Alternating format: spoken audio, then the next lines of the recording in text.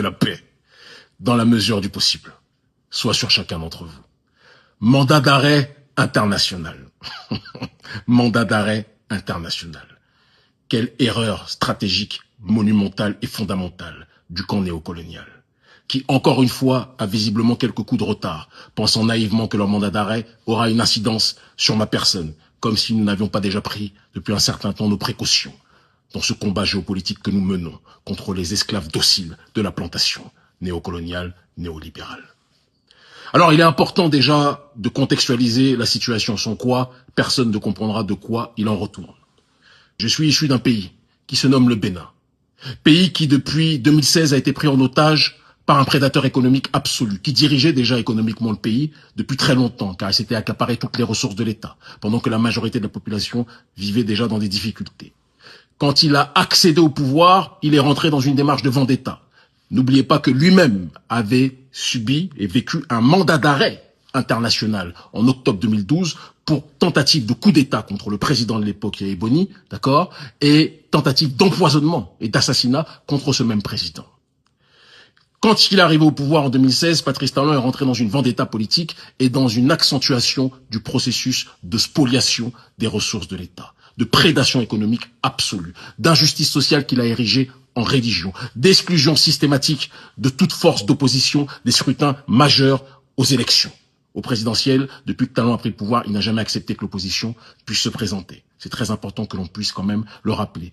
Patrice Talon a fait assassiner en 2019 et 2021 des centaines, plusieurs centaines de Béninois qui ne demandaient qu'une chose, le droit de pouvoir voter pour qui ils voulaient et non pas pour des candidats que le président Talon leur imposait. Parce que le peuple béninois souffre dans cette injustice sociale.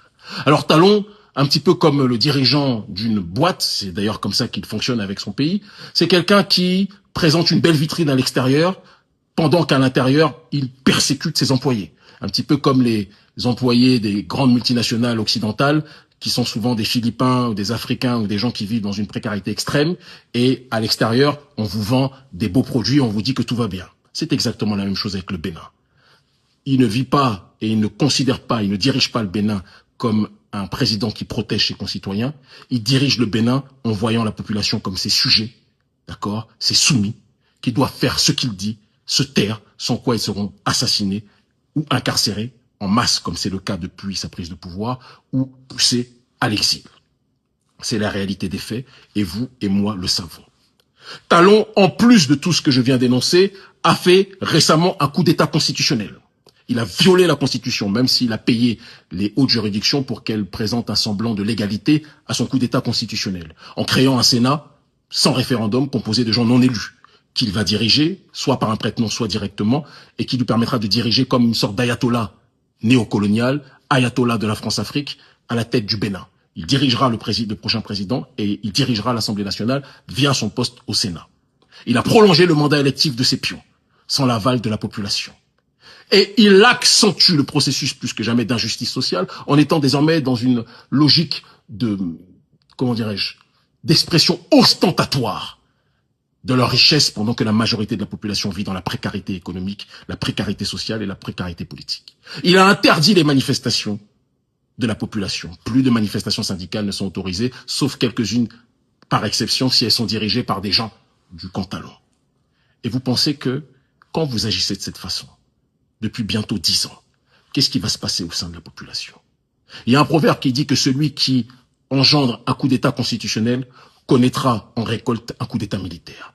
C'est exactement ce qui s'est passé le 7 décembre. Vous avez poussé, président Talon, le bouchon beaucoup trop loin. Parce que vous pensez que comme vous terrorisez beaucoup de Béninois, tous les Béninois allaient se taire. Mais non. On l'a vu dans les groupes WhatsApp.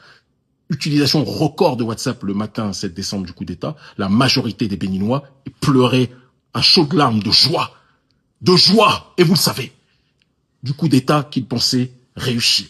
Et lorsque Emmanuel Macron vous a sauvé en vous tirant par le caleçon, votre maître, ce même Macron que nous combattons, que nous avons réussi à chasser de différents endroits et que nous chasserons du Bénin prochainement, c'est une promesse que je vous fais en même temps qu'on vous chassera vous, ce Macron, en vous sauvant, a fait en sorte que, justement, l'opération de restauration de l'État qui a été opérée par le militaire, le colonel Tigri, a échoué. Mais je vous l'ai dit lors de ma dernière allocution, que si vous ne vous remettez pas en question, si vous ne rentrez pas dans une logique d'introspection, si vous ne convoquez pas des assises nationales, parce que quand tant de gens dans votre pays sont en colère vis-à-vis de vous, on arrive à vous haïr face à l'injustice sociale qui est devenue une religion que vous appliquez au Bénin. L'injustice sociale, tous les privilèges pour votre petite casse qui vit la vie de rêve au Bénin, à Cotonou, qui vit une vie de Miami, comme ils aiment le dire dans les réseaux sociaux, pendant que la majorité de la population, elle, n'arrive pas à joindre les deux bouts. Vous parlez tout le temps de croissance à l'extérieur. Oui, il y a une croissance, entre guillemets, économique, via différents truquements que le professeur Mamadou Koulibaly explique très bien en ce qui vous concerne. Mais cette croissance économique bénéficie à qui? Elle bénéficie à votre caste prédatrice et pas à la majorité de la population. Quand les gens sont étouffés économiquement, paupérisés, interdits de parler pour se plaindre en allant manifester, interdits de pouvoir voter, qu'ils voient sous leurs yeux sans pouvoir réagir que vous faites un coup d'état constitutionnel, vous prolongez les mandats électifs de vos éléments. Qu'est-ce que vous croyez qui va arriver?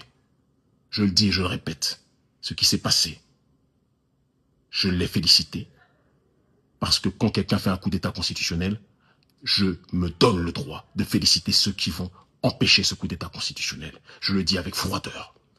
Soit on empêche les coups d'état constitutionnels, soit on ne pourra pas empêcher la répétition. Et c'est ce qui va se passer. Des coups d'état militaires, qui sont en réalité des opérations de restauration de l'État dans ce cadre-là. Patrice, tu as lancé un mandat d'arrêt contre nous, mais tu es tombé sur le mauvais noir. Je te le dis avec simplicité. Tu ne pourras jamais nous arrêter. Et quand nous allons nous rencontrer, tu seras aux arrêts. Et nous reviendrons sur la terre de nos aïeux. Et nous serons dans une démarche de communier avec notre population. Enregistre bien ce que je dis, parce que c'est ce qui va se dérouler. Tu es tombé sur le mauvais noir, Patrice. Tu es l'esclave docile de la plantation néocoloniale et néolibérale.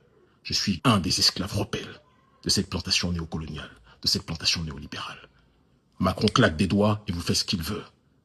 Et c'est pour ça qu'en retour, quand vous êtes en danger, ils viennent vous sauver.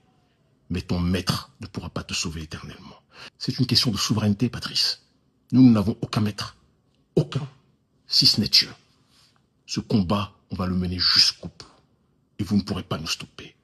Par amour de notre peuple, en l'honneur de nos aïeux méritants, et par soumission à la rectitude, à la justice, dimension dans laquelle nous sommes installés depuis longtemps. Nous irons au bout de ce combat. Et tu ne pourras pas nous stopper. Le Bénin libre ou la mort, nous vaincrons. L'Afrique libre ou la mort, nous vaincrons. Il y avait des esclaves rebelles. Il y a les esclaves rebelles aujourd'hui. Il y avait les esclaves dociles hier. Il y a les esclaves dociles comme toi aujourd'hui. Nous verrons, à la fin, qui va gagner ce combat. À très vite.